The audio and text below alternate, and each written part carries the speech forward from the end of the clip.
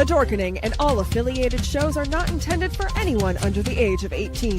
The following may contain discussions or scenes that have adult situations, graphic violence, nudity, strong sexual content, and graphic language.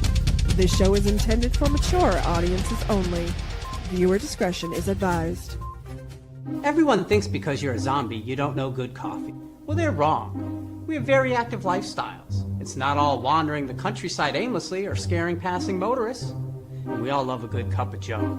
And there's only one brew that gets my seal of approval. Deadly Grounds coffee is my guilty pleasure. Bold, robust, delicious. It's coffee that can wake the dead. With over a dozen different roasts and flavors, Deadly Grounds can satisfy the most finicky of coffee addicts. The aroma is so intoxicating. It brings all of my neighbors out of the woodwork. Deadly Grounds coffee. Coffee to die for and zombie approved. It's good to get a little deadly.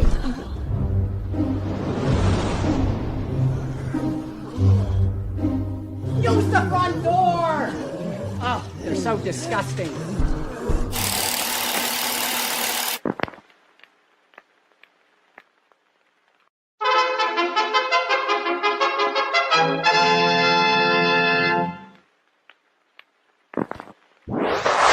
Persons under 18 will not be admitted.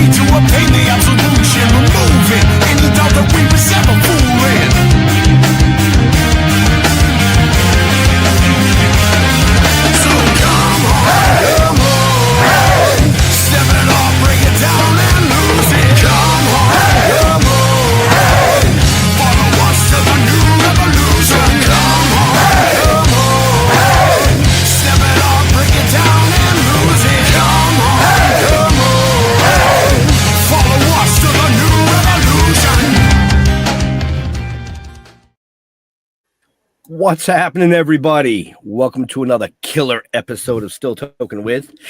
Yeah, you already know who I am, I think. Is that the voices in my head again? Voices in my head. Voices in my head. Voices in my head.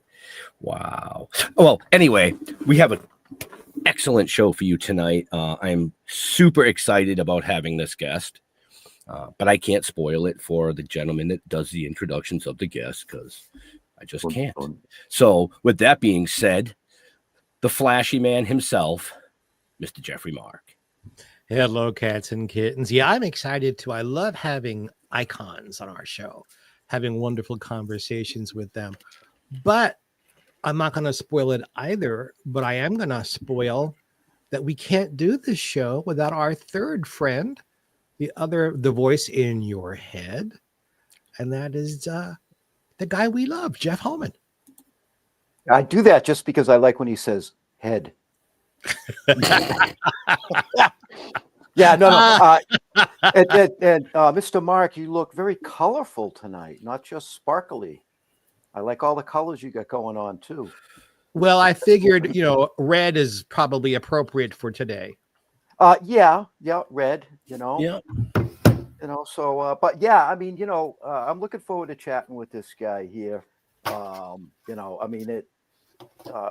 That movie 50 years ago this year, for those that don't know that, 1975. I am one of those idiots that read the book I read the book first before the movie. Imagine that. I was 12.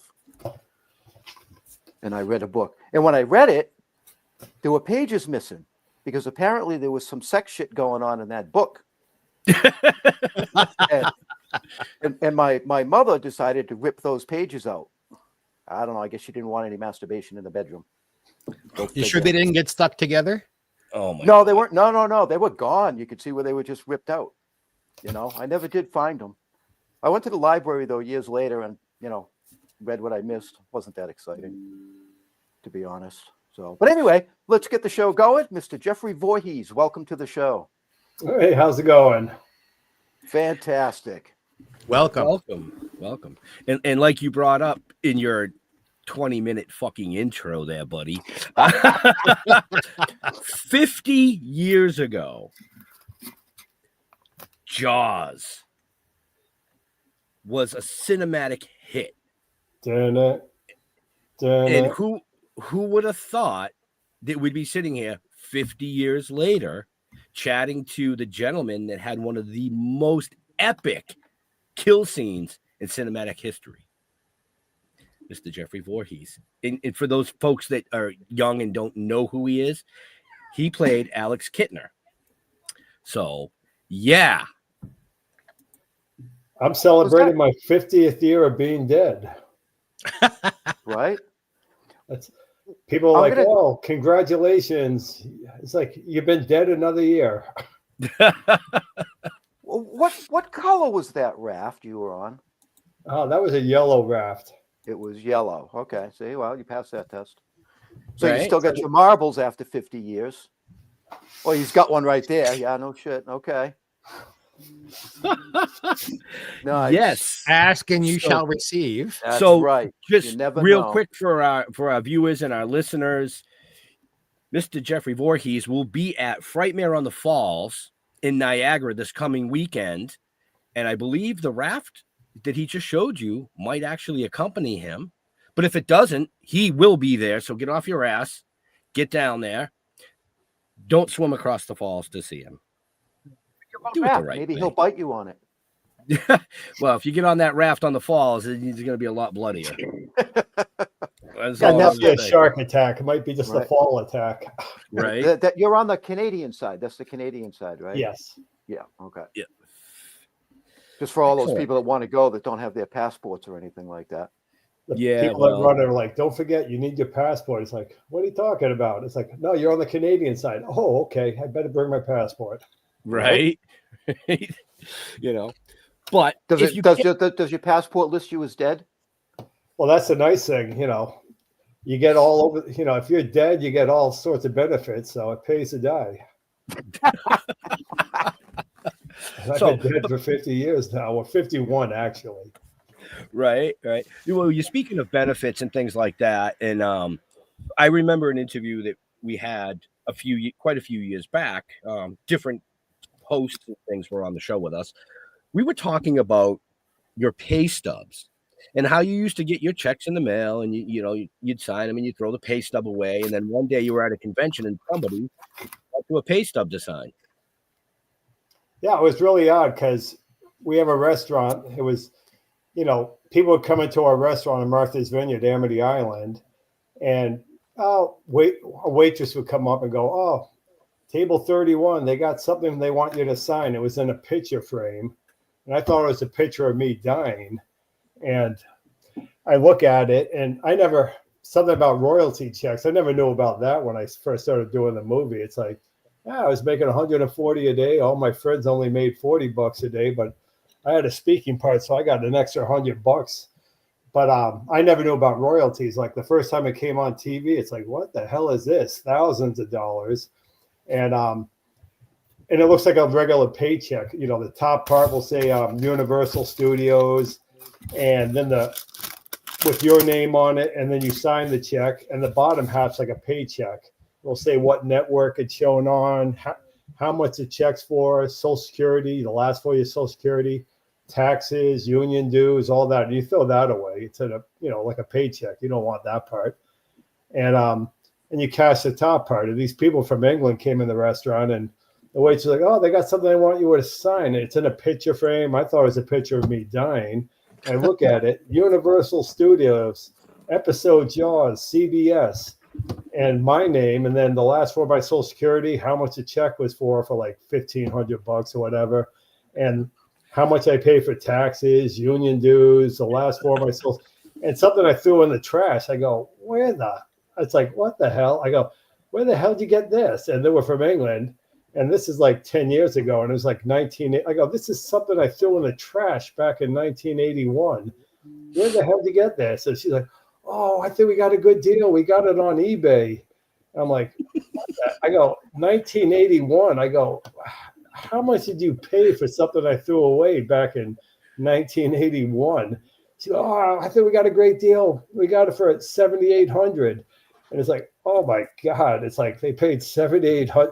So I don't throw away any check stubs anymore. It's like I thought I was unhappy with eBay for my shit that goes for sale that should be coming to me, but goes to some, but not for $7,800. That's amazing. Yeah, that's where some people I sign with are like, if the check's not over 100, don't sign it. Like one time in England, the check was for like $48, and they do a silent auction, and at the end, if whoever bids the most comes back the final day, I sign the back of the check. They keep the whole thing. I stand up, get a picture with them. I think someone paid $1,800 for the last time we did one of those things, a silent auction, and they could keep the whole check. Wow. It's like, and the check was for like $38 or something. So former child actor to former child actor. How did child actor you end up shirtless in the water getting eaten by a shark? What was that process like? God damn, if you know New England at all, you don't want to swim here until like July. And they were filming this. We just moved to Martha's Vineyard. I was just a 12-year-old kid. We just moved here that year, and word got out. They're like, they're making a movie. They need a lot of extras. They'll pay you $40 a day to be an extra in it. And it's like, shit, let's sign up. It's like, we just walked a little further down the street. It's a small island, signed up to be extras. Didn't even know the name of the movie or anything. And then get a call back a few days later. It's like, oh, some people want to talk to you. You go down, you walk back down to a hotel, the Kelly House in Eggertown. And Spielberg, he was only 27. It's him and two other people in this room. And he's got some papers, and he got some things highlighted. He goes, read the highlighted lines there. And it's like, okay, to be an extra for $40, I'll read these. So I start reading a few things, and he goes, okay, fill out all this paperwork. I go, to be an extra? He goes, no, that's to join SAG. You're going to get a speaking part. You have to join Screen Actors Guild, but you'll get $140 a day. And I still didn't know I was going to die in the movie. It's like, oh, that's great. I got to get $140 a day, 12-year-old kid. And then later on, I found out I was going to get eaten by a shark, and I die. It's like, and then they were filming that in the spring. Here on this island explodes come Memorial Day weekend, and that they had to deal with. Universal was supposed to have most of the land scenes done before the end of May. And if you know the water, it's cold. So, at first Spielberg goes, beg to go in the water. And when you get down near that water, just get down with your raft and you're done. You don't have to go in. And all my friends on the beach, all those kids that start running in the water, my brother, all my friends, Spielberg tells them, okay, when he starts picking up the raft, you guys all start grabbing toys, go in the water. And it was so shallow, he tells them to get on your knees and stay on your knees and play until we stop filming. And I didn't even have to go in the water. All my friends had to go and freeze their little asses off. And I was getting $140 a day. And they were only making $40 because the mechanical shark, Bruce, they had it in an old blush with the harbor. It's pretty shallow. So, and it's flat surface. So that's where all the mechanical shark scenes were. And Spielberg goes, no, your scene, you're going to swim. You're going to get near the water, and that's it. You're done. Because the mechanical shark, back in the 70s, horror movies, King Kong, Godzilla, that's a horror movie back then. And this one, the mechanical shark comes up, and the mannequin looked just like me. They put a little mannequin on a raft, and the mechanical shark, Bruce, comes up and bites this mannequin. And the head's spinning up in the air. The arms and legs are going every direction. And they're like, oh, my God, this is back in the 70s. They're going, people will get up and leave the movie if we leave this in here. this is too gory. I mean, you could do that in a movie now, getting a kid's head blown off, but they go, no, we can't do this. And that's where Spielberg goes, change your plans. Yeah. And that's where they change it, where he goes, you're going to have to go back in the water. And he goes, now I'm going to have to go in that cold water. And he goes, now swim out like 20 yards. And that's where you'll see there's like a big barrel just under the water full of blood. And he goes, when you get near that barrel, we'll say cut. And then, so I swim out there. It's in May. I'm freezing my little ass off. And it's like, and they had a raft that's cut in half. And the back half, they pulled over this barrel full of blood. And the front was still blown up. So I'm lying on top of this barrel now full of blood. And behind it, you can see a little ring. It's like it has two fins right under the water. So when this thing explodes, this circle is going to go around. You'll see the fins going. And he goes, lie on top of this thing now, and then we'll start filming. And when that explodes, go into water and stand in there as long as you can. And so you're 12 years old, freezing your ass off. This thing's going to explode. The first time we try it, bam, blood shoots up in the air. I mean, if you can see this, like that's what they were going to use at first, the mechanical shark. That's a mannequin. And that was like land down in Oak Bluffs Harbor. And they said, we can't do this. So they end up using the one where I go in the water. And Spielberg's like, beg to go in. And when you get down near that water, when you get near the barrel, they pulled the raft over. He goes, now when it explodes, go in the water and stand in there as long as you can. So you're 12 years old, freezing your little ass off. The first time, bam, blood shooting up your nose and your eyes. Go into water and freeze my ass off. And I swim ashore finally. I go to Spielberg. He was only 27. I go, okay, we all set? And it was so cold. And he's like, wanted everything perfect. And he was really nice. And I go, what? He goes, no, we're going to have to do it again. Your arm came out of the water. And he goes to all my friends and me, he's like, do whatever you guys want for 5 hours, but everyone come back, because then they had to wait for all that blood to clear out. And he goes, when that blood clears out, we'll try it again. And then we're all freezing cold. There's no buses back then. We got dropped off there in the morning. So we're all freezing our asses off out on the beach. And then all of a sudden someone comes down to me and goes, Jeff, it's too cold out here. I go, I know, it's cold. It's like, and they had a robe, and he goes, gives me a robe and a bottle of water. He goes, let's go inside. We got some dressing rooms over here. Anyone in SAG, you're part of the union. This is too cold out here. And all my friends are freezing cold because I screwed up. And I felt bad the first day. And then day 2 comes around. Oh, your leg came out of the water. Day 3, your arm came out of the water. And that's where I had a robe on me. See you guys later. I'm going where it's warm. It's like, and then finally on day 5, Spielberg goes, this is taking way too long. He goes, this time we got 2 guys in wetsuits. They each have their own air tank, and they're going to have an extra air tank under there for you. And when that explodes, they're going to lift you in and out of the water about 3 or 4 times, then pull you under and give you air. So like you see when in the movie where the kid's in mouth, it's not a shark pulling you under. It's 2 guys, and like you're gasping for air there because you just went underwater. They pull you under, and your mouth's full of water and blood and spitting. And then they pull you under, and then they give you air, and then come ashore. And I'm thinking, okay, something got screwed up. I go to Spielberg. Are we all set now? Thinking he's going to go, no, we got to do it. He goes, no, perfect. We're all done. So it took 5 days for me to die. It took, and I bet your friends were pissed off. Yeah, they got 40 bucks a day for me to die. It took 5 days for me to die, but every day it took for me to die, it's like, oh, another $140 when you're 12 years old. That's pretty good.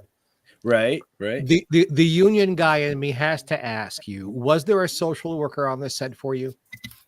No, that's up in Susan. Chrissy, the girl that she was a sweetie, and I used to hide. I never used to do these signings and stuff. And they finally, year after year, they came into our restaurant. Come on, try it. We'll fly you there. And I'm like, I'm too busy. Go away, because this island's a madhouse in the summer. And I've been running restaurants and bars for years. And finally, I said, okay, I'll try it. And I would go down. I'd be with Susan and Richard a lot. And anytime I signed with Susan, she was a sweetie. She always writes first victim. And then I would write second victim and sign my name.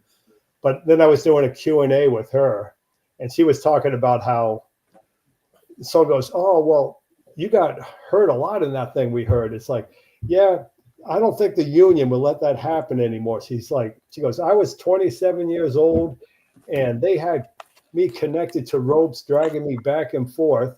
and her neck was screwed up for years. And then she goes, this guy over here, I got to know Susan. She was a sweetie. She's like, this guy here was a 12-year-old kid lying on something that's going to explode blood. And she's like, I don't think that would happen anymore, even with unions or anything, with a 27-year-old lady getting dragged back and forth and a 12-year-old kid lying on something exploding. So she was a sweetie, but she would always say they didn't want to let that happen anymore. But even in the 70s, there were supposed to be social workers and people for every kid actor had to have one by union rules. That's why I'm surprised there wasn't. No, they only had like 2.5 months. They're going to try. It was only going to be like 3.5 million, 2.5 months to get it all filmed. That's how they got Robert Shaw, because he only had so many more months left on his, or he'd lose a lot of money because he's from England. But it took longer and longer. So they were cutting rules and regulations. I mean, you see people walking off the boat, with the American flags, getting ready for the celebration. That was being filmed in May in Vineyard Haven. And they didn't even have to get permission for, nowadays you have to have everyone sign their name, giving permission. And they weren't even supposed to be filming it. And that was July 4th. They were trying to get people coming off to make a look. So they were breaking rules, and it was a lot. They were trying to get it real quickly and cheap, and they broke so many rules and regulations all over the place. Well, maybe that's why the movie made such a success. Well, they almost threw it in the trash because they went way. It was like 6 months, and then they went way over the limit, almost double the price, and they were about to throw it in the trash. And well, I'm glad they didn't, because right.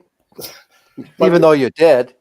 Well, at first they weren't even going to do it on the Vineyard because that book just came out, and Peter Benchley, I guess, if you read the book, it's a lot different from the movie, because you have the mafia in there, and then Brody's wife's having an affair with Richard Wright. It's like, they're like, we can't have all this. So half that book, they had to rewrite the whole thing. But at first, Peter Benchley, they go, we got to find a place in New England, a place on the coast where you have a lot of fancy tourist place for all, where Edgartown, where you have all the parades and stuff. Something in New England, you have the tourists and then the fishing and the sharks. And Peter Benchley was like, oh, his family always went to Nantucket for years when they growing up. And he goes, oh, we went there for years. Check that one out first. So like Joel's and stuff, when they were going up to look around, they were going to Nantucket, and it was in December, and they got on the boat. Back then, there was only one boat leaving from Woods Hole to both islands. Now one goes from Hyannis. But there, they got on that boat to Nantucket, and it was a blizzard, in December. They canceled the boat to Nantucket because that's like a 2-hour boat ride. And they go, it's not going to run. And then they get back to Woods Hole, and they go, wait a minute, the boats at Martha's Vineyard are still running because that's like a 45-minute. They go, let's just check that one out and just go. We have nothing else to do. Let's go look at the Vineyard.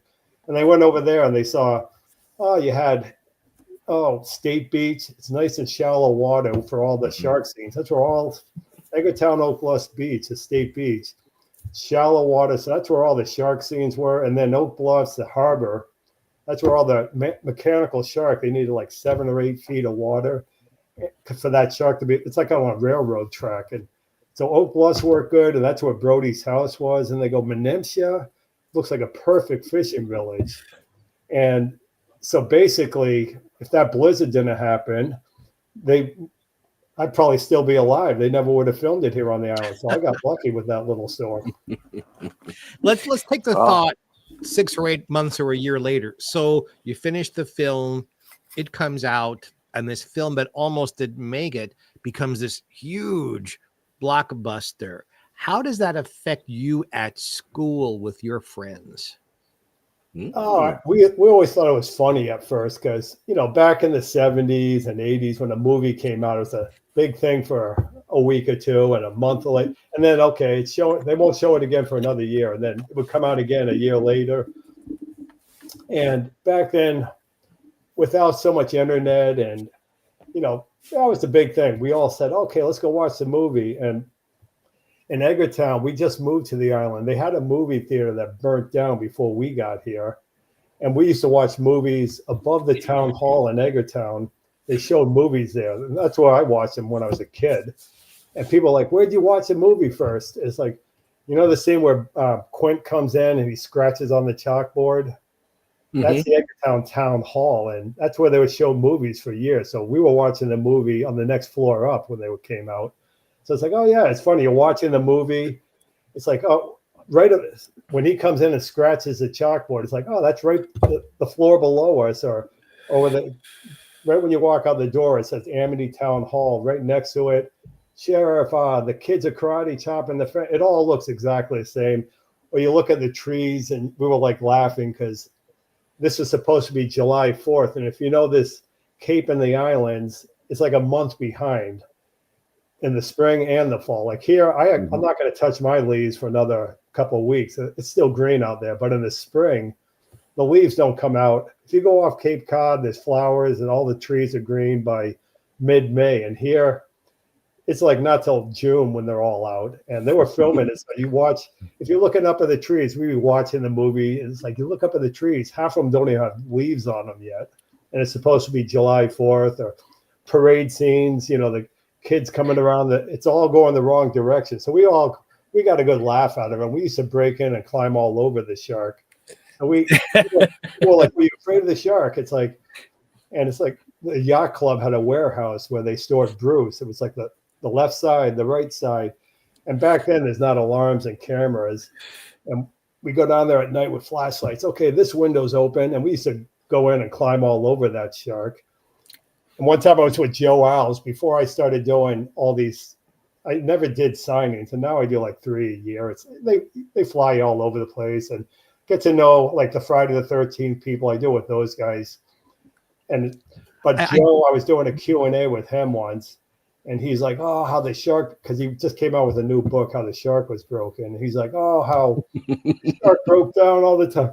It wouldn't work for 10 days in a row. And and then when I got the microphone, I didn't really know him then. And he's like, I go, well, I got to come out and tell the truth. We were just little kids, but we used to break in and climb all over that shark all the time. Maybe that's why it didn't work. And he looked over it like he wanted to kill me. And now he's used to me now because he was down here on the island back in June. And every time I see him now, it's like this little old guy. He's a nice guy. I go, Joe, you bring the shark back?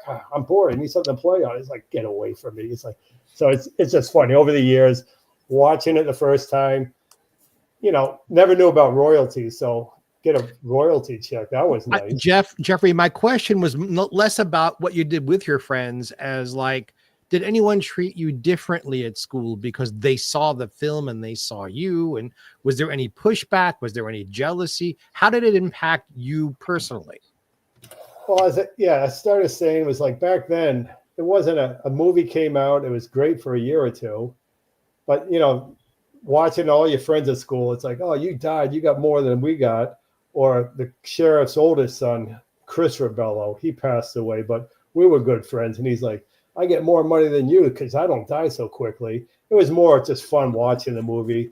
And after a few years, it kind of, you know, by the end of the 70s, Jaws was long gone until basically until the internet days. I would get people to mail me photos for years. And I used to sign them and mail them back. And so basically over the years, you know, you get all these, I would mail them back until the internet came around. Finally, I'd be mailing these things back. And then finally you look on the internet and people be selling them for $100, an autographed photo. And that's where I stopped signing them. But after the internet came around, that's where it exploded. I mean, that's where, as I was saying, you're saying, did it change anything? For 5 years, it was all your friends were like, oh, you got more than us because you got eaten by the shark, but you got you say a couple lines and you made more. It was just fun. I got a laugh out of it. I said, that's what happens when you die. You get paid to die. It's like, but it was fun making it. But later on after the internet, that's where, you know, I used to hide from it. People would come down to our restaurant. Oh, it's like, leave me alone.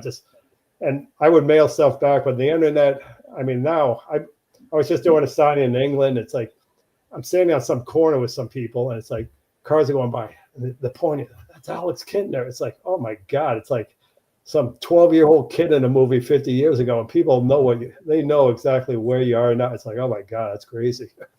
You can't hide. Yeah. Even if you're Yeah. dead. But so I wanted to ask you, how many of the kids that you were in school with were actually in the film? Quite a bit.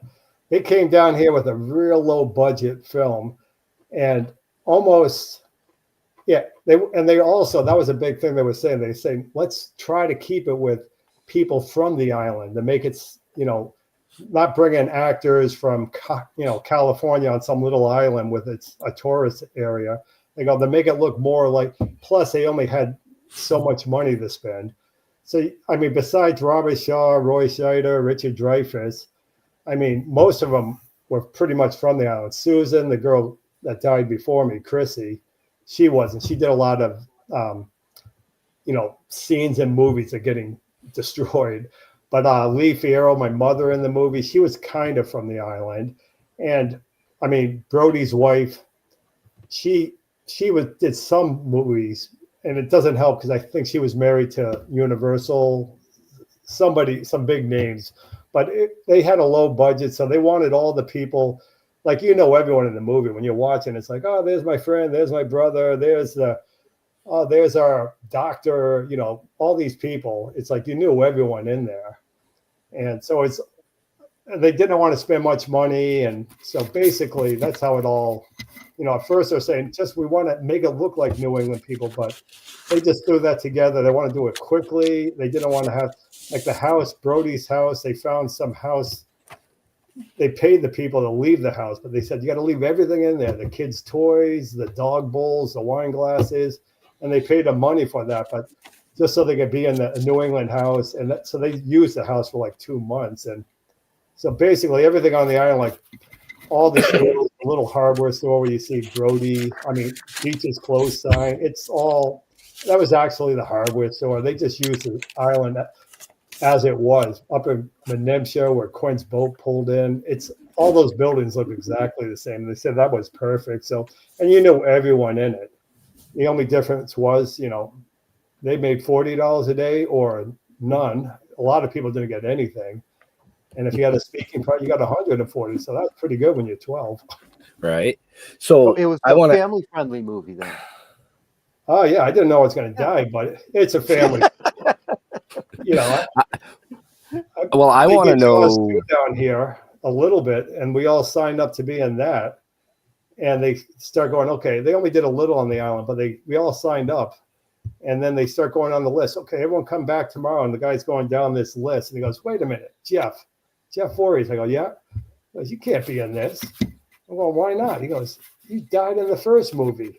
I'm going, I'm older. I look different. He goes, no, if the media ever found out, you ruined the movie. Go away. So all my friends are in the second one. Me, I'm walking away all depressed. Like, I'm dead. I can't be in the second one. But I want to know, on a scale of 1 to 10, how good is the Alex Kintner burger? Oh, that was around for a while. It's, a fish sandwich with a cut up red pepper. It's like a sauce on top. And that was a hot item for years. And the Alex Kintner burger, but it's crazy. Alex Kintner burger, there was a beer out. I was doing a signing, and there's a beer. Oh, what's the name of this thing? I didn't even know they had a beer out. Can you see this? Yeah. Oh, yeah. Kintner Kid. And it's a red ale. And the back is talking about, how it's talking about how the ale is the color of the water, a red IPA. And it's like, oh my God, that. And then Alex Kintner, there's sandwiches, there's Alex Kintner all over I see there's someone has one of these signs with me on it. It's like, and then another one is like, the Alex Kintner, you have, action figure dolls that these people were making. And it's, a little kid with blood all over it. It's like, wait a minute. I'd like the one with the beer, I was going to try to get a hold of the company. They were up in Maine. I was going to say, you're going to pay me to come up there and sign some cans, or I'll come up there and sign PBR cans for 50 cents each across the street. It's like, so people did use that name over the years for me dying 50. And it's, something 50 years ago, you get some real Jaws fanatics out there. Right. I mean, Did I you- was doing a signing in England, and the security guard comes up to me and goes, "We always give people a heads up if there's anyone crazy waiting in line." And I go, "What are you talking about? There's over 120 actors and artists at this one." And I go, "What are you talking about?" He goes, "No, he wants to be first one in your line. He's been here since 2 a.m. I go, "I don't think it's me." I go, "It's got to be a real actor." I go, "I'm in the movie for a minute." He goes, "No," he said, "Jeff Voorhees, Alex Kintner." And the guy comes up. He had Jaws tattoos all over his body. And he goes, "Oh, can you show me how you write your name?" And I signed a piece of paper. He goes, "That will fit." And right on his knee, he had the orca on the left leg. And then he had sharks and a shark's biting his knee. And he goes, "That name will fit in the shark's mouth. Can you sign right in the shark's mouth on the kneecap?" And it's like, oh my God. So I signed in the shark and I had I'm holding my name, and I got a picture of me standing next to him. And he was so psyched. And the final day, I'm like, go to the security. I go, "Isn't that the guy that was here? He was the last one in line the final day." And I go, "I wonder if he wanted something else." And he comes up, he goes, "Oh my God." I go, "Did you need something?" He goes, "I was so nervous when you signed it. When I got to the tattoo place, it sweated off. Any chance you could re-sign it?" It's like, oh God, I'll re-sign your knee for you. But that was like one of the first tattoos of a 12-year-old autograph. I lost count. It's around 25 right now. My autograph is tattooed on over 25 bodies. So that's crazy for something 50 years ago. Wow. You're What's lucky the it was most- only a knee. Yeah, I was going to say, what's the most interesting thing you signed? Well, this one girl down in Tampa. No, it was what was it? Richard was at that one. It was one of the last ones they did with Susan. This girl had horror movie tattoos all over her body, right up to her neck, and like, right next to the shark is what's the white dove? I mean, the white moth.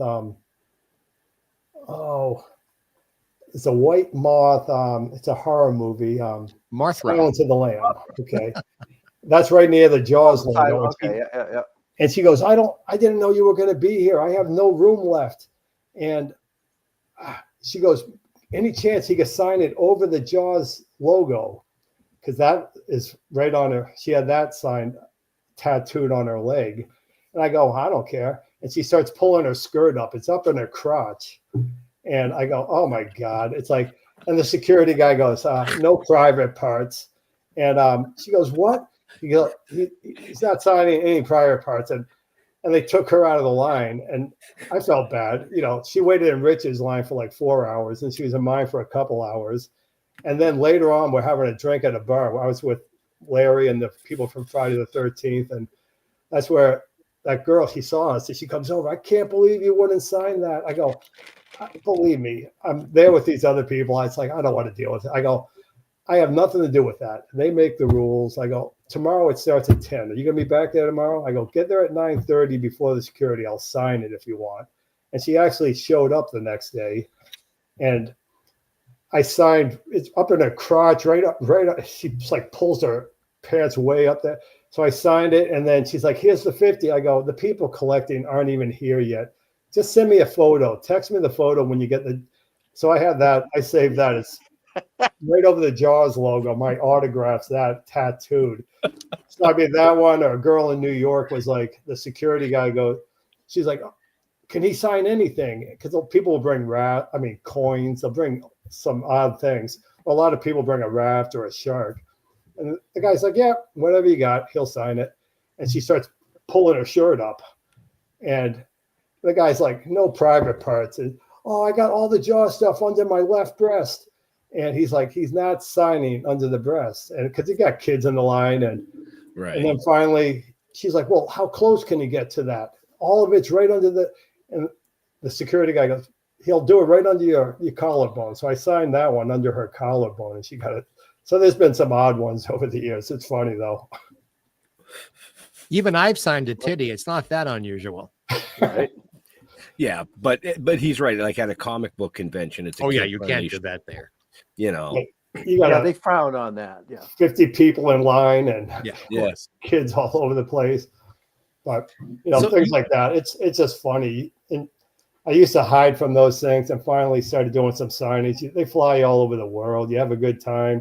And like Larry, like people I signed with, I would meet up with Larry. His name was in the movie, the guy with the hockey mask, Friday the 13th. And in the movie, I never did signings. I'd be going, holy shit. I started doing them more. I do it with a lot of the Friday the 13th people, Adrian and stuff. And I go, look at this. I go, I'm in a movie for 1 minute, and these people are all wearing shirts with my name on it, hockey shirts that say Voorhees. And that's where Larry, he's like, you idiot. That's my name in the movie. I never knew that. As some guy had that one, I bought, the guy had a beer, almost gone. I bought 2 beers. I go, I bought you a beer, but can I get a picture standing next to that shirt? I always thought that was my shirt. So I'm standing next to the guy holding a beer with him. But that's where I got to know Larry and those guys. And anytime they were together, like we were just over in England last fall, about a year ago, and they go, anytime you guys sign together, we got to put you at the same table. We want the Voorhees that was killed and the killer Voorhees. And so I always signed. Me and Larry are always at the same table, the killer Voorhees and the Voorhees that was killed. Now, do you think there's some strange connection and that was in a way done on purpose? I mean, Jaws came out in 75, Friday the 13th came out in 78. It's not a big popular name. Exactly. So how, you know, I think there might be a connection there, and they use that name on purpose. So should I get a lawyer? No, more royalties though might help. Right. I think the statute of limitations has run out on that one. Right. Oh, no. I still get, you know, I died 50 years ago in the statute of limitation. You know, I was just wishing someone happy birthday on the beach where I died a few hours ago. You know, those cameos. Yep. I never used to do those. And we would have people come in a restaurant. I'd be over doing a signing over in Europe, and we flew all the way over here to meet them. And they were so upset. They came just to meet me, and I wasn't on the island. And the people I signed with are like, do cameos in case you miss someone. So I started doing those, and people love it. I run my dog on the beach where I got eaten. So it's like, hey, from the dead Alex Kintner, here's where I was eaten 50 years ago. But you get some strange ones. Back in April, I just got back from Key West, and it was like, oh, our son's the biggest Jaws fan. His birthday's April 14th. Can you wish him a happy birthday? Mention the parents' name, Tim and Carol, but mention Alex Kintner, Jeff Voorhees. He'll never forget this. He's the biggest Jaws fan on the face of the earth. This will be the best birthday present of his lifetime. And so make sure you wish him happy birthday. He's going to be one. I'm like, oh my God. Like, I think this is for the parents. But last year, the real strange one was, oh, our father was a big Jaws fan, but he died watching the movie on the couch. Can you send your regrets? It's like, what the hell? And I call I call these guys in Chicago. I go, what the hell is this? And he's laughing. He goes, yeah, you get some strange one. He goes, you don't have to answer it if you don't want to. If you don't answer it in 3 days, they get their money back. And I'm like, shit, what the hell? I'm down there running my dog on the beach. So I'm holding my phone up. I go, hey, your father and I had a little something in common. He died watching me die. This is the dead Alex Kintner, Jeff Voorhees, here on Martha's Vineyard, Amity Island. Have a jawsome funeral. And I thought they were going to be pissed. Have a jawsome funeral. And they were like, 5 stars. Thank you so much. It's like, oh my God. Wow. Oh my God. I love All it. for being dead. Right. So, folks, there you go. Make sure you check the show notes up above or down below. You can find out where Jeffrey's going to be signing, or if you want a cameo from him, the link is in the show notes. Well, they go to the deadalexkintner.com, and that's where they get a raft or something if they wanted one. Yep, that's all in the show notes. So if you want some of his merchandise, his website is in the show notes. And but that lady, Lee Fierro, my mother in the movie, it was funny. She came into a restaurant a few years before she passed away. I go, holy shit, there's Lee Fierro, my mother in the movie. And I told the waitress, I got this table. It was in the spring, and she's really old. I did an interview with her when Obama was on the island, and she was getting so old, and she was there with some older lady. I didn't know her friend. I go down to the table, and her friend, I go, okay, ladies, I'm pretending I'm a waiter. I'm like, okay, ladies, you ready to order? And her friend looks up and goes, yes, can I start? And she starts ordering. I go, okay, before we go any further, can I ask you a personal, odd question? Tell me to go away if it's too strange. And her friend's like, what? And all of a sudden Lee looks up and she saw me. She's like, oh, yes, of course. She knew it was me. And she's like, I go, okay, it's a little odd, but tell me to go away if it's too strange. And she goes, yes. And she knew it was me. And she's like, sweet little old lady. She's like, yes, what? I go, well, it's a little odd, but any chance do you believe in reincarnation? Because I think I died years ago and you look like my mother in my previous life. And her friend's like, looks at me like, what the hell? And then all of a sudden her eyes light up. She's like, oh my God, I had a son that died back in the 70s. How did you die? And I go, I was only 12, but it was in the ocean. She goes, well, did you drown? I go, no, I think I was killed. She goes, well, were you run over by a boat? I go, no, I think it was an animal. And then her eyes are lighting up. She goes, oh my God, any chance were you eaten by a shark? I go, I was 12, but I think I was a great white shark that ate me years ago. She goes, oh my God, you're my son. And she gets up and hugs me. And her friend's about to have a heart attack. And she's like, hey, we were in that movie years ago. So it's like things like that. She was a sweetie. Got to know. And, you know, Jaws over the years used to hide from it. But now it's more fun. You meet up with people and you do a signing and some girl's crying and she's been waiting in line. This one 12-year-old girl, she had a little raft that I signed. It's like, it makes some people so happy. You get a little high off of that too. So it's fun. Right. Well, and that you bring up a great point. A little 12-year-old girl, 12 years old, folks, with a raft, getting emotional because she's meeting you for something that happened 50 years ago. There's not a lot of films out there that can say that on a 50th anniversary, they still have the hype that they did more or less when it came out. So your target audience is literally people of our age, because I was born in the 70s, Jeff, you know, and Jeffrey. So we saw it. And now you have a younger generation that is following suit. It's insane. I watch it every year. So yeah, I you have every right to get a little high off of that. Absolutely. No, you make some people so happy, and people are waiting in line, and they're just so, you know, I did one down in Connecticut down there. They were celebrating the 250th the naval base. Mm-hmm. And this one little kid had a Jaw. Mother's like, oh, he wants you to sign the shirt. And I thought they had another Jaw shirt. And I signed the shirt he was wearing. It's like you get people of all ages, and it's, you know, it makes them so happy. And some of them, like some would come in a restaurant and some little kid that it's like, I would sign, like, oh, this guy, he doesn't have to pay. It's like a 6-year-old that was so happy and taking a picture. It's like, just, he can have it. It's a free autograph. It's like, but Jeffrey, this is the difference between being an icon and not being an icon. When you were making Jaws, your first film, I was making my first film. What was that? Nobody remembers. That's my point. I was making a movie. Right? I was making a movie with Peter Fonda. Not one person has come up to me and asked me to sign their crotch because I made Fighting Mad with Peter Fonda. So own your specialness. Right. No, believe me, I used to hide from it. And now, you know, 3 or 4 a year, Germany, England, you know, you fly and some people get so happy and you're there partying with some real actors and stuff. It's like, oh, you have fun. Like Adrienne, she has a winery, and, you know, Friday the 13th people. And so it's something I used to hide from for years. And now it's like, especially since I stopped working, you know, 100 hours a week, it's like, hey, you fly all over, you make people happy, you make a few bucks, and you get to see lots of the world, all for dying 50 years ago. Right. But the beauty of it is you wouldn't even have to fly. You literally could go up to the bridge, Edgartown Bridge, sit down at a table with some pictures.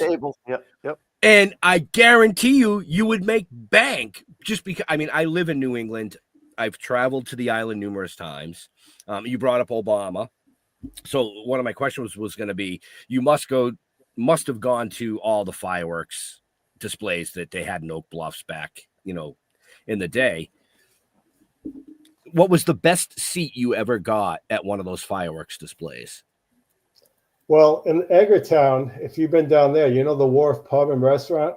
Mm-hmm. I was in there for like 30 years, and that's a madhouse. You know, we're open year round, and then you have band entertainments every night.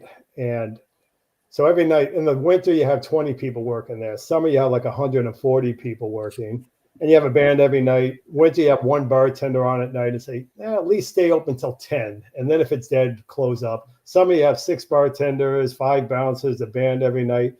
And like on the 4th of July, where they had the fireworks in Eggertown, you have the parade, and the restaurant's packed before the parade. Mhm. And then the parade comes in, and then you're packed again. And then they all empty out for the fireworks, and you get ready for the band. And then we always get up on the roof. The restaurant's all empty again because people are watching the fireworks. Get up on the roof, get a beer, have a drink up on the roof while the fireworks are going off. So we always had a perfect seat right on the roof next on the harbor there.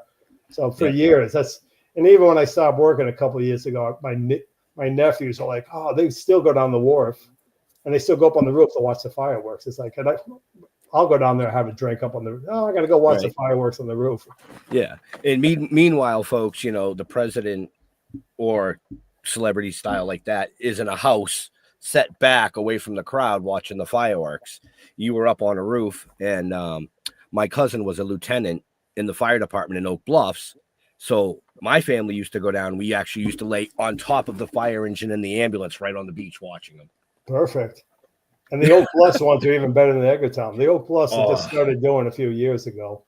Yeah. Eggertown, when they do them down there on the 4th of July, it's still foggy. So half the time you see the clouds light up, and that's about it.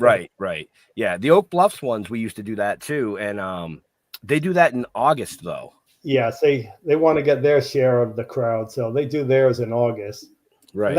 And Oak Bluffs is a better place. You have more open area, all those parks and all the waterfront. Eggertown is so packed together. Yeah, it is tight. But Jeffrey, Yeah, I've only been to Martha's Vineyard a couple of times. Actually, it's so beautiful there. it is. It's absolutely beautiful. We used to go, but I'm not a beach guy, and I hate crowds. Well, we used to go every summer and watch the kids jump off the bridge. The Jaws Bridge is packed down there. Just about every one of my kids has jumped off that Jaws Bridge. Well, we did it when we were kids, and my brother has a boat in Vineyard Haven at Tajmo, and we'd always take his boat back to Eggertown. And for years, you anchor at the bridge, swim ashore, jump off the bridge a couple of times with 3 kids, and then go to Eggertown and get to eat, drink, and be merry for a while. Yeah.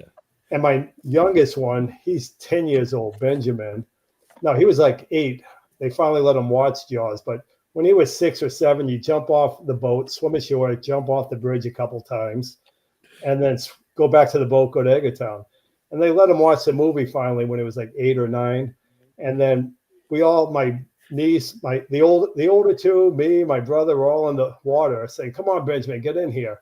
He's like, I'm not going in there.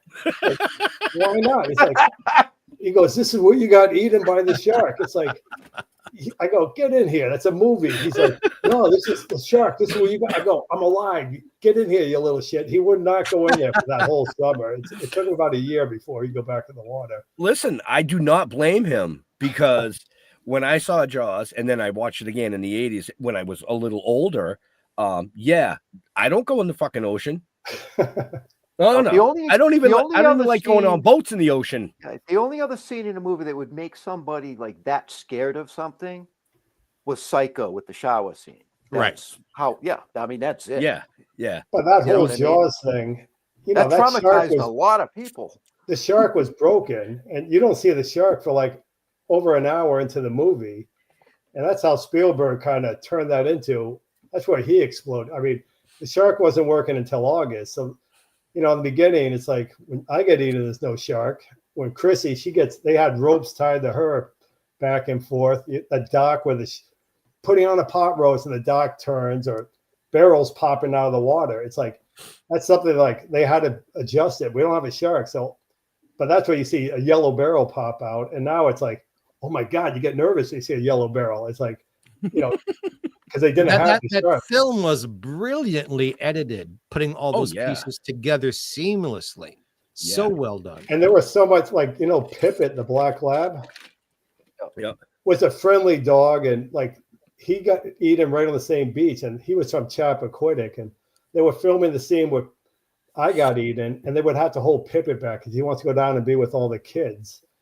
And something they didn't notice, because down on the beach on the Oak Bluff side, that's where they had all the Universal trucks. And so basically they're filming, they got off the island finally and got back to California, and they noticed something on that scene where I got eaten.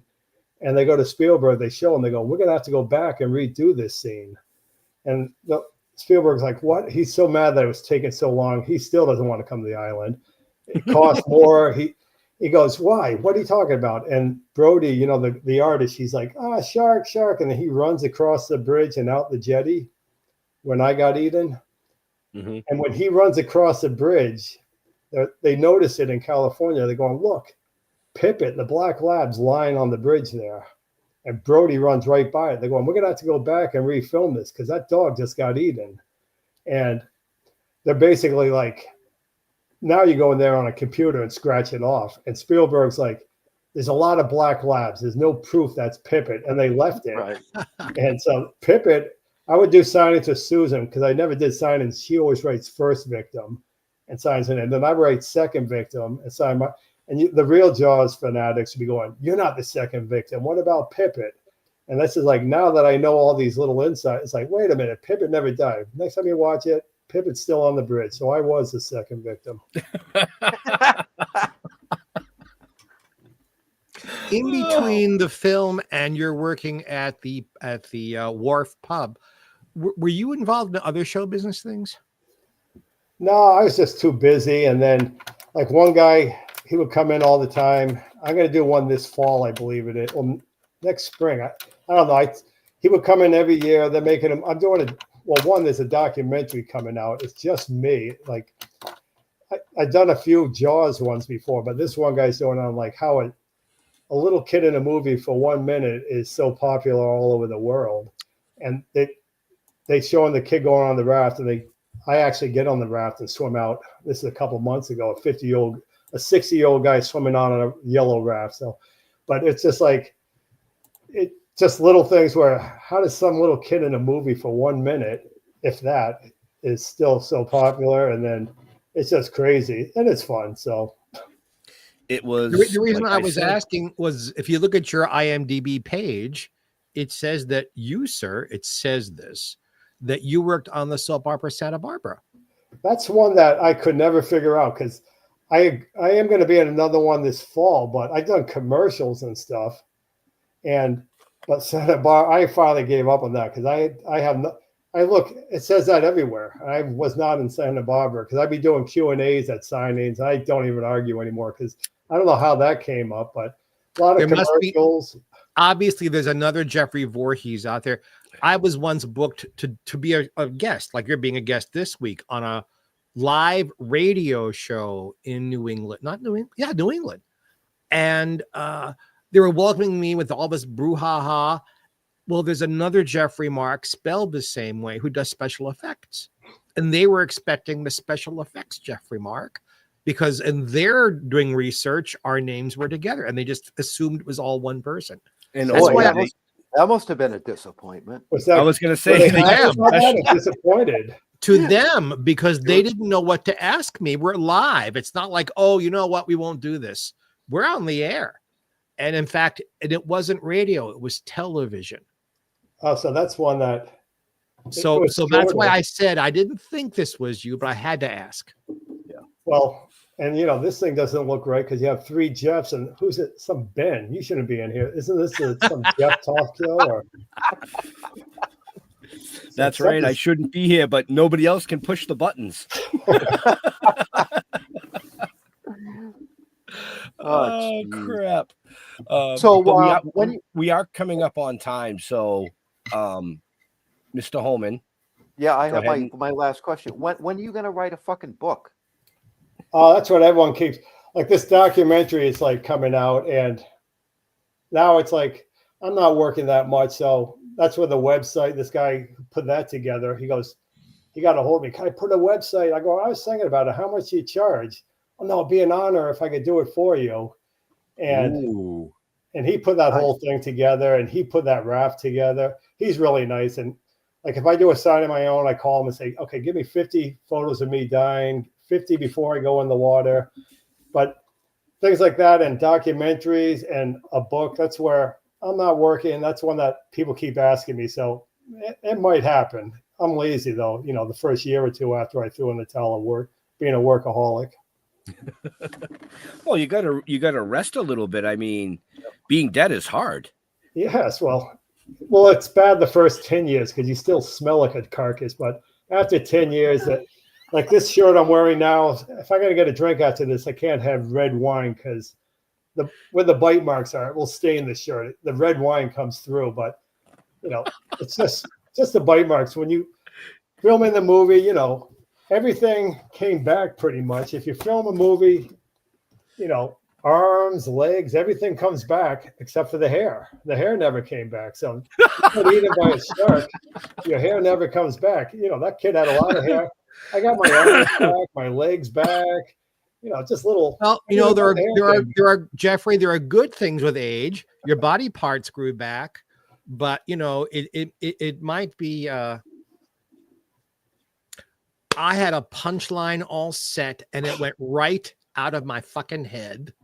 Oh, that's why you're golly. just special instead of special effects. Wow, 2 weeks in a row. Yeah. You forgot the last one last week too? No, I just had a one-liner last week that made everybody laugh. And it was on him. Oh crap. So I think the joke was gonna be it might be you dead to be hard. Hard to be dead. Hard to be dead. Hard to be dead until you reach a certain age, and then it's dead to be hard. But that's hard. The hardness is dead. Forget it. Dead. You get used to it. I've been dead the joke is dead, is what happened here. Well, you fucked that one up. It expired before, that joke expired before it came out of my mouth. It was just. Oh, I can feel the headstone in my throat before I even said it. I'm gonna say nothing. They should do a parody film. What's that nude beach down there? There's a nude beach. Lucy Vincent. Yeah. They should film a movie down there with the same, you know, Shaq movie and shit, but all naked people and call it Eaten. Eat me. Yeah. I can't. And it would be fine to have that movie. You can't have that. You can't have that in the title part of the month, I guess. Different times of the month. You know. Jeez. Well, you know, sharks. Oh, I'm talking about sharks. I don't know what's in your mind. It's like bloody hell, man.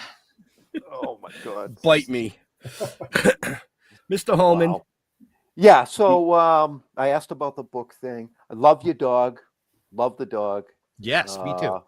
Yeah, absolutely. 150 pounds. Do you like cats? Oh, no, I'm a dog person. Everyone's like, you're getting older. The dog's supposed to get bigger. I mean, smaller and smaller. And for years, a golden retriever and then a German shepherd, the Newfoundland, Saint Bernard, Bernese. They're getting bigger and bigger. It's like, but it's a lap dog.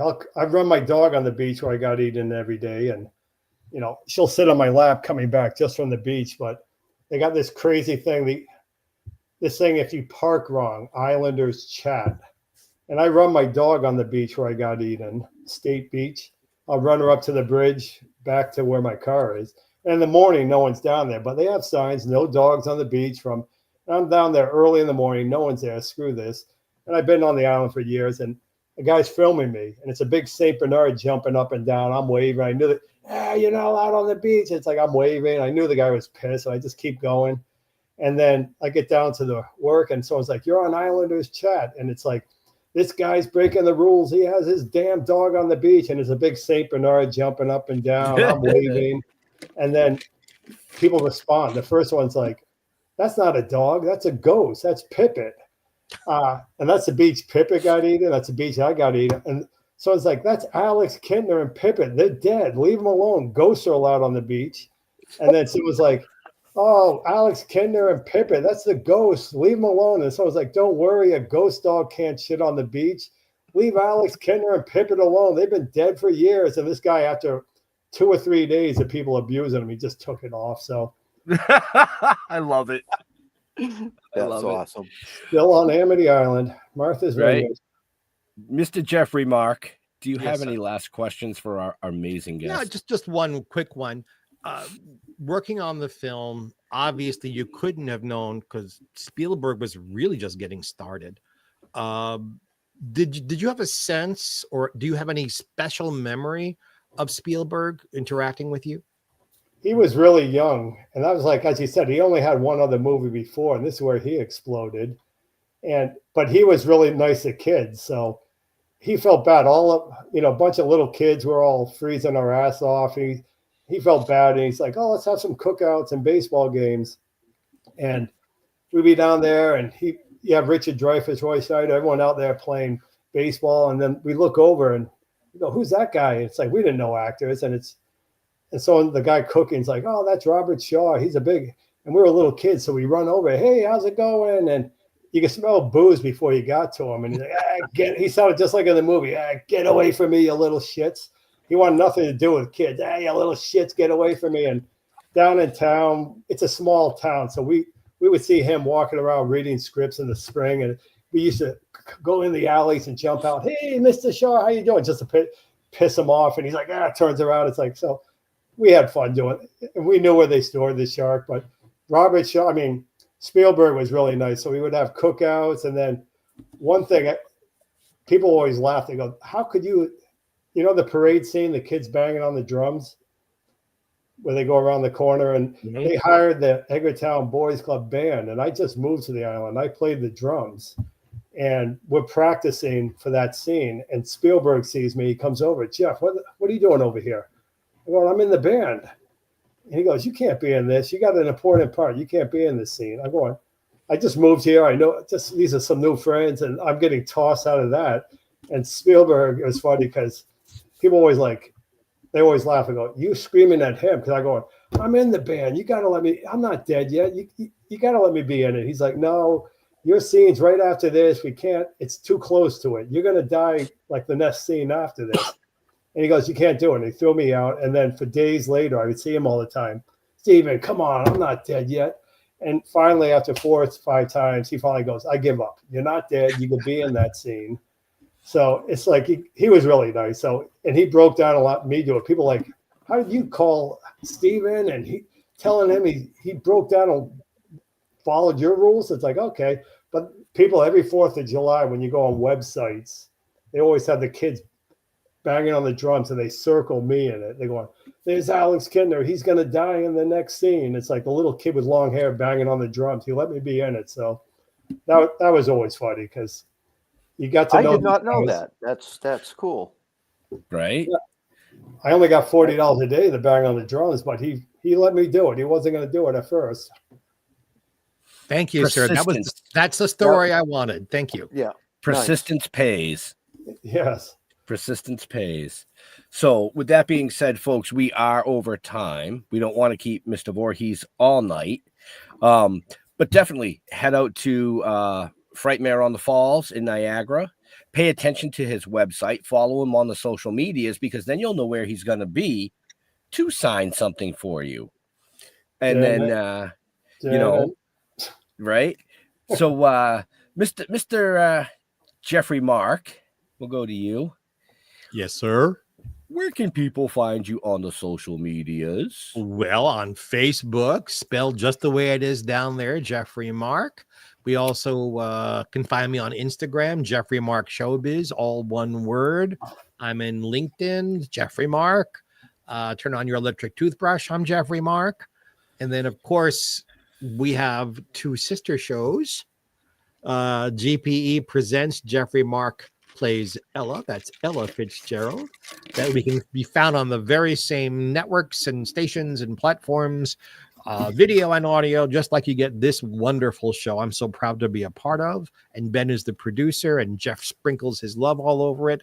And we do some occasional specials about other singers. We're doing one about Ethel Merman, 5 episodes. So check out our other shows. Check us out on media, and we're always so happy you're here with us, because I love doing this show, and I know you do too. Just Google Jeffrey Mark. Something will pop up. Even me. Probably him. Oh, when I say it, it's not funny. Jeff Goldman, it's your turn. Oh, geez. I want to thank Mr. Voorhees for joining us. I learned a few things, actually, and I've watched that movie every year for 50 years. Well, I probably missed a few. I just don't remember those ones. You know? So anyway, go to stilltoking.com or Toking with the Dead on Facebook. You'll find everything you need to know about us right there. Yeah, have a great Wednesday. All right. Again, we want to thank Mr. Jeffrey Voorhees. You plug your website one more time, sir, if you wouldn't mind. Oh, all one word, thedeadalexkintner.com. Pictures of me dying all over the place. A lot of blood. There you go, folks. So again, those links are in the show notes up above or down below, depending on where you're watching this or listening to it. Again, we want to thank Mr. Voorhees for coming out, spending some time talking about the 50th anniversary of one of the biggest cinematic hits ever. And of course, one of the biggest cinematic kills ever, Yeah. I totally lost my train of thought. I was going to say, did you just lose your train of thought? One of the most famous pieces of seafood in history. It went. Yes. Did you see it? It went. Yeah, I watched it happen. It was interesting. Why don't you to thank see. our first responders and get back on track? Hey. In all seriousness, to all our veterans and first responders, we want to thank you for doing what you do so people like us can come up here and do what we do. Stay safe. Stay out of the water. We'll see you next week. We're out of here. Have a happy. Have a good one now. Enjoy.